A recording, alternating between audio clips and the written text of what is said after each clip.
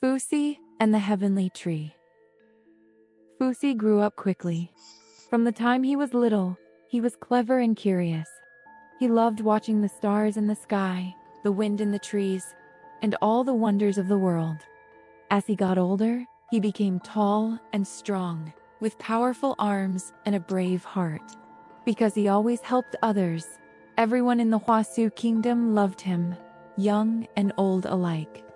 But there was one thing Fusi had never seen: his father, the god of thunder. Every time thunder rumbled in the sky, he wondered if his father was up there watching. One day, he heard of a magical place in the southeast called the Duguan Wilds. There was a giant tree called Heavenly Tree, so tall it touched the clouds. People said if you climbed it, you could reach the heavens. Fusi made up his mind. He said goodbye to his mother and set off to find the Heavenly Tree. He left his peaceful homeland and walked toward the southeast. The land grew dry and empty. His heart felt heavier the farther he went. Outside the Huasu kingdom, people lived very differently. He saw a group of starving people digging up roots just to eat. Farther on, others were chasing a wild ox with sticks and stones. After they brought it down, they all rushed forward, tearing off the bloody meat with their bare hands. Fusi's heart ached. How hard life was out here! After a long journey, he came to a wide open field.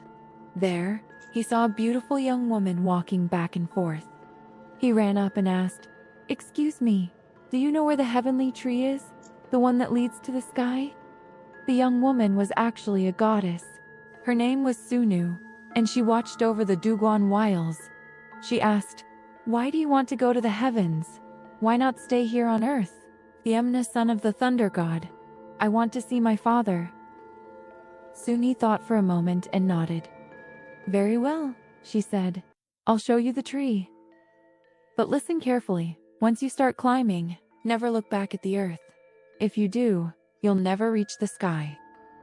Fusi followed her gaze. In the middle of the field stood a giant tree. It had no leaves or branches, just a smooth, tall trunk with thick, rope-like bark. No matter where the sun shone, the tree casts no shadow.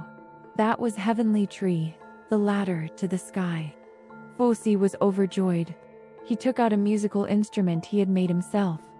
"This is a sir," he told Sunu. "It has 50 strings. I made it with my own hands. Please accept it as a gift." Sunu agreed, and Fusi began to climb. As he rose higher and higher, the sound of the suv floated up to him. The music was soft and sad, like it was telling stories of sorrow and struggle. Suddenly, Fusi remembered the people he had seen, tired, hungry, and desperate. His heart grew heavy. His foot slipped, and he slid partway down the tree. He took a deep breath and climbed again. At last, he reached the top. But just then, the music rose louder, breaking through the clouds with a sound full of pain and longing. It hit Fusi's heart like thunder. He couldn't help himself. He looked down, and in that single glance, everything changed. Fusi lost his balance and fell, headfirst, down from the tree. He landed hard. When he opened his eyes, Sunu was gone. Only Thasa lay on the ground, silent and still. After all his effort, he could no longer reach the heavens. His heart full of sadness and anger, Fusi picked up the suv and smashed it. The 50 strings snapped. From that day on, the saw only had 25 strings. Just then, a strange creature rose from the earth. It looked like a dragon, but also like a horse. It said to Fusi, "There are so many people suffering in this world. They need you. One day in the heaven is a whole year on earth. Do you really want to leave them behind?" Fusi stood still.